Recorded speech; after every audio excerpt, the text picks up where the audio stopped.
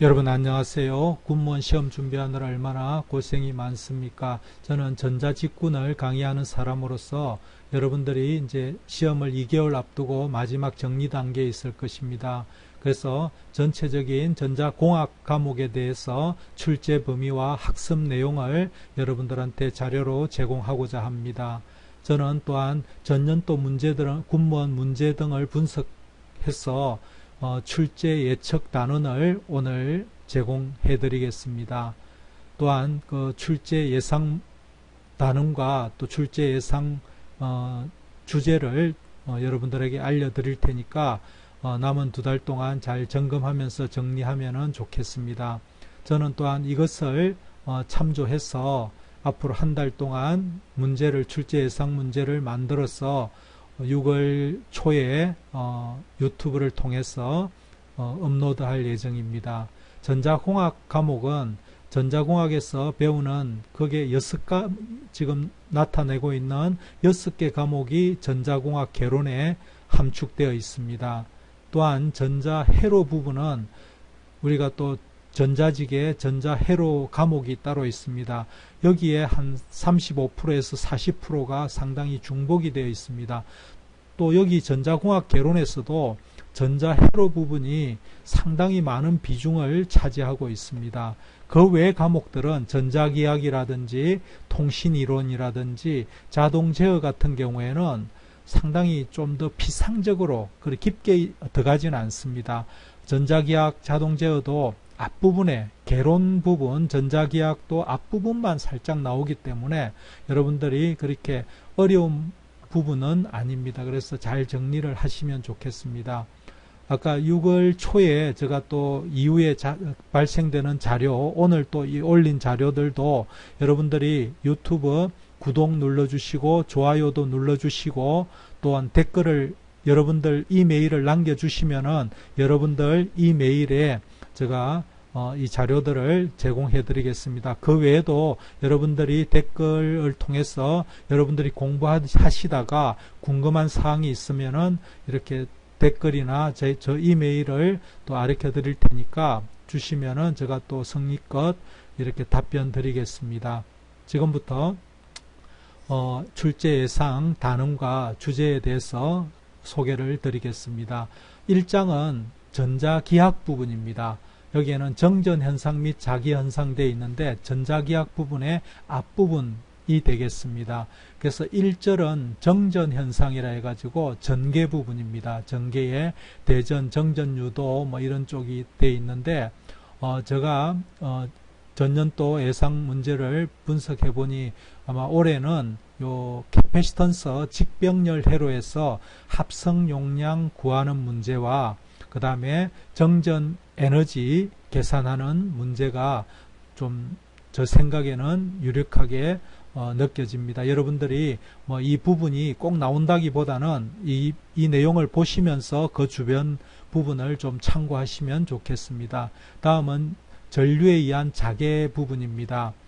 예전 보통 군무원 같은 경우에 이 전자기학에서 한 문제 내지 2문제 정도가 출제가 됩니다.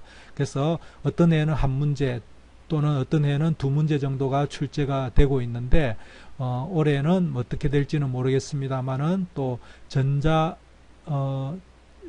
전기자기학에서 자기 부분에 자기회로와 전기회로와 자기회로 비교하는 부분이 있습니다. 그 파라미터들 조금 눈여겨봐 두시고 자기저항 구하는 공식이 RM은 뮤A의 투자율이죠. 뮤A분의 L이 됩니다. 길이는 또는 파이 자속분의 NI 기자력이 되겠습니다. 이 공식이 있죠. 그죠? 요런 거 가지고 자기저항 구하는 문제가 조금 출제될 것으로 이렇게 보여집니다. 이 전자기학에서는 보통 한 문제 내지 2문제인데 저는 2문제로 이렇게 예측을 해봤습니다. 다음은 2장입니다. 2장의 회로망 부분인데 회로망 부분은 뭐 수식 계산 부분이 조금 많습니다. 그래서 저 나름대로 이 회로망 부분도 25문제 중에서 보통 한 5문제 가까이가 출제가 되고 있습니다.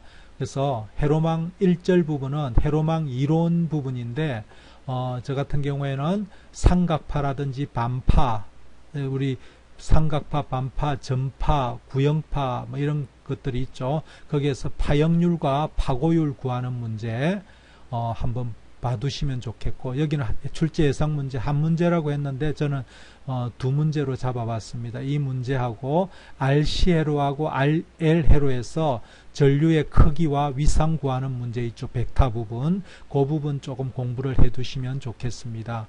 2절에서는 회로망 해석과 회로망 정리 부분인데, 여러분들 노톤 등가 회로에서 이거 태분한 볼테이지, 태분한 저항 구하는 그 부분과 또 노톤 컨버전 하는 이 부분 좀 눈여겨봐 두시면 좋겠습니다. 이것도 내가 한 문제 예측은 하지만은 두 문제 중에 하나로 생각이 됩니다. 중첩의 원리 이용해 가지고 전원 전압이라든지 전류 전원을 이중으로 해서 계산하는 어떤 부하의 전류 전압 계산하는 문제 있죠. 그죠? 이런 중첩의 원리 적용하는 문제, 이 두 개 중에 공부를 조금 깊게 해 두시면 좋겠습니다. 세 번째입니다. 비정연파 회로에서, 비정연파라는 것은 사인파가 아니죠. 그죠? 비정연파 회로에서 시력각과 역률 구하는 공식이 있습니다. 그 부분 조금 깊게 공부를 해 두시면 좋겠습니다. 자, 그 다음에 2단자망과 4단자망에서 꼭 한 문제가 출제가 됩니다.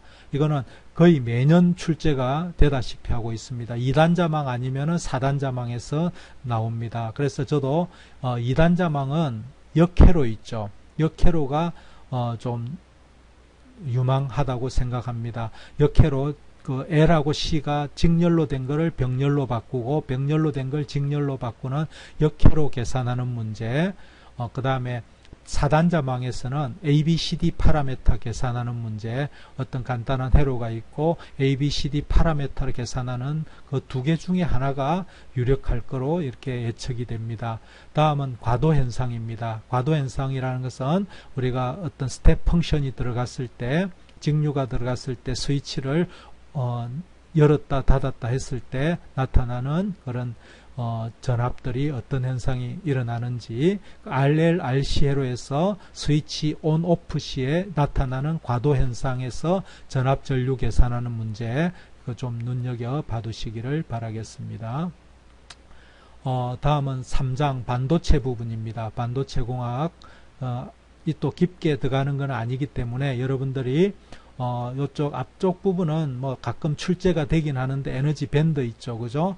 출제가 되는데 올해는 뭐 조금 소홀히 하면 되겠습니다. 제가 예측하기에는 올해는 페르미 준위에 대해서 나올 것 같습니다. 페르미 준위 조금 눈여겨 봐두시면 좋겠습니다. 깊게 공부하십시오. 자, 다음은 3절 특수 다이오드 종류 있죠. 특수 다이오드, 제너 다이오드, 터널 다이오드, 서미스터 뭐 등등이 있는데, 이런 특수 다이오드 종류와 특성들을 조금 눈여겨 봐두시면은 요것들에 대해서 어떤 보통 이런 것들이 이런 특성들을 내놓고 이게 어떤 다이오드냐 이런 부분과 그 역으로 나오는 경우가 있기 때문에 이런 것들, 또 제너 다이오드 같은 경우에도 제너 다이오드의 특성으로 틀린 것은 이렇게 객관식 선택 문제가 출제가 자주 되고 있습니다. 그 다음에 전원 회로입니다. 전원 회로 같은 경우에는 여기도 자주 출제가 됩니다. 전원 회로에서 정류 회로 구하는 문제, 뭐 D식값 구하는 문제, 정류 회로 부분에 있죠. 그죠?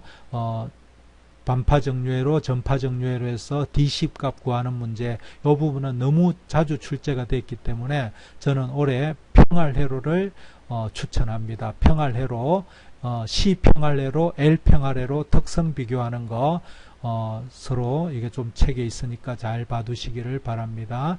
그 다음에 두 번째로 그 마지막 부분에 정전압 회로가 있습니다. 정전압 회로에서 출력 계산하는 문제, 이런 것들을 좀 봐두시면 되겠습니다. 다음에 제가 출제 예상 문제 할 때 또 더 문제로서 자세히 소개해 드리겠습니다. 다음은 정폭 회로입니다. 이 부분이 전자 회로 부분인데, 전자 회로도 나오고 정폭 회로도 나오기 때문에, 전자공학도 나오고 전자회로도 나오기 때문에 이중으로 이 부분을 깊게 공부해 주면은 이중 두 과목에서 다 할 수가 있습니다. 유도 무기나 총포 같은 경우에는 물론 전자공학만 보지만은 전자회로 부분, 회로를 공부하시는 분들은 같이 공부해 주시면은 고득점 하기가 되게 쉽습니다. 자, 첫 번째, 코먼 에미터의 정폭기의 특성들이 있죠.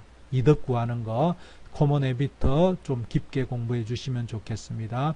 두 번째, 트랜지스터 바이어스 회로에서 바이어스 안정도 있죠. 안정도 계산하는 거, 안정도 부분과 그 다음에 전압 기한 바이어스에서 전압 전류 구하는 그 키르호프 법칙 써가지고 IB 구하고 IC 구하고 VC 구하는 거 있습니다. 그거 공부 좀 해주시면 좋겠고, 그 다음에 FET에서는 소신호 등가회로에서 AC 이득 구하는 문제가 유력합니다.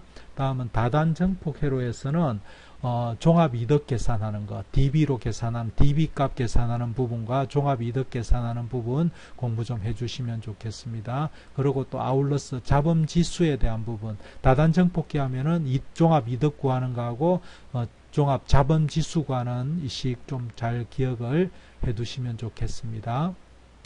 자, OPM프에서는 계산 문제가 많이 나왔는데 가산정폭기라든지 뭐 이런 부분은 너무 출제가 자주 됐기 때문에 저는 올해는 적분기 아니면 미분기가 출제될 거로 이렇게 보고 있습니다. 그리고 이 피드백 회로, 연산정폭기는 부기한을 쓰지 않습니까? 부기한을 썼을 때 나타나는 5가지 장점이 있습니다. 그 5가지 장점들 잘 기억하고, 이게 계산 문제도 나올 수가 있습니다. 그거 좀 잘 봐두시고, 그 다음에 동조정폭 회로에서는 중화회로가 있습니다. 중화회로 이 부분 좀 잘 눈여겨 봐두시고 공부하고, 계산식이 있습니다. 그거 좀 중화회로 특성 좀 잘 봐두시고 계산 문제 눈여겨 봐두시면 되겠습니다. 8절입니다. 전력정폭기 중에 C급, 뭐 A급 이런 것들은 시험에 안 나옵니다.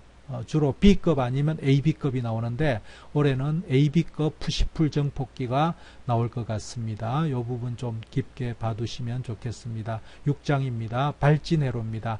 발진회로는 발진 조건, 이거는 뭐 워낙 자주 출제가 되기 때문에 올해는 제가 후보로서 넣어놨습니다. 그래서 발진 조건 계산은 뭐 뻔하잖아요, 그죠? 그거 발진 조건 잘 봐두고, 그 다음 올해 요게 유력합니다. RC 발진 계산, 발진기의 계산 문제, 주파수, 그 다음에 여러 가지 이득 문제, RC 발진회로 해서 여러분들이 두 종류가 있는데 요거 잘 공부 좀 해주시기를 바랍니다. 자, 다음은 변복조인데 통신회로에서, 통신공학에서 깊게는 잘 안 나옵니다. 그래서 주로 군에서는 아날로그 통신을 아직도 많이 쓰고 있기 때문에 FM 무전기가 아직도 많이 쓰고 있기 때문에 FM 변조지수 대역폭 문제가 저는 예측이 됩니다. 그 다음에 펄스 발생회로입니다. 펄스 발생회로 1절은 펄스에 대한 기본 개념들 여러분들이 너무나 잘 알고 있기 때문에 저는 생략을 했습니다. 펄스 발생회로에서 멀티 바이브레이터의 동작과 주파수 계산하는 거, 이거 좀 식을 잘 봐두시기를 바라겠습니다. 다음은 9장 논리회로입니다. 논리회로에서 조합형 논리회로가 시험에 자주 출제됩니다. 순서형 논리회로는 조금 복잡하기 때문에 조금 시험이 조금 자주 출제되지는 않고 오히려 조합형 논리회로가 많이 출제가 됩니다. 그래서 올해는 불의 간략화, 이건 아마 손으로 하는 거, 카르노맵 쓰지 않고 손으로 하는 불식을 간략화하는 그 부분이 조금 유력할 거로 생각이 됩니다. 그리고 아울러서 정가상기 이 부분 좀 잘 공부해 주시면 좋겠습니다. 그 외에 뭐 여기 2절의 논리회로 뭐 이런 게 인코더, 디코더, 먹스, 디먹스 이런 부분인데 이런 부분들은 뭐 작년에 출제가 됐기 때문에 올해는 조금 스킵해 봤습니다. 다음은 기억소자입니다. 기억소자 중에서 디지털 IC의 특성 비교 부분을 여러분들이 좀 눈여겨 봐두시면 좋겠습니다. CMOS, ECL, TTL 등 특성 비교하는 거 있죠. 이게 아마 사지선다병으로 틀린 거 고르는 건 조금 유력합니다. 다음은 마지막으로 자동 제어 부분입니다. 자동 제어 이론에서 역 라플라스 부분, 역 라플라스 변환하는 거, 요거 작년에는 라플라스 변환이 나왔기 때문에 올해는 역 라플라스 변환이 좀 유력할 거로 생각이 됩니다. 뭐 전달 함수는 워낙 또 자주 출제되어 있기 때문에 좀 생략을 했고, 그 다음에 블럭 선도나 신호 흐름 선도에서 전달 함수 구하는 거, 이거는 뭐 메이슨 공식 써가지고 하는 거 있죠, 그죠?